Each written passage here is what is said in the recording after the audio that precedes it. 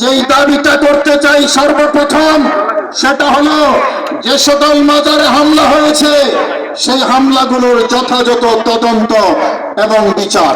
আপনারা একমত কিনা আমার ভাইরা? আরেকটা কথা মনে রাখবেন, আমরা দেখেছি মাজারে যখন হামলা হয়েছে একটা স্লোগান দেওয়া হয়েছে, মাজারে যখন আক্রমণ হয়েছে একটা স্লোগান দেওয়া হয়েছে, সেই স্লোগানটা ছিল তৌহিদি জনতা। আমার ভাইরা, এই স্লোগান নিয়ে কথা বলবো না, এটা একাডেমিক বিশ্লেষণ। তাহলে কি তৌহিদি জনতার পরিচয় এই যারা মাজারে হামলা করে মানুষ মারে তাদের নাম তৌহিদি জনতা? এই পরিচয় যদি হয় তাহলে এই দেশের সুফিবাদী মানুষ তারা সিদ্ধান্ত নেবে এই তৌহিদি জনতার ব্যাপারে।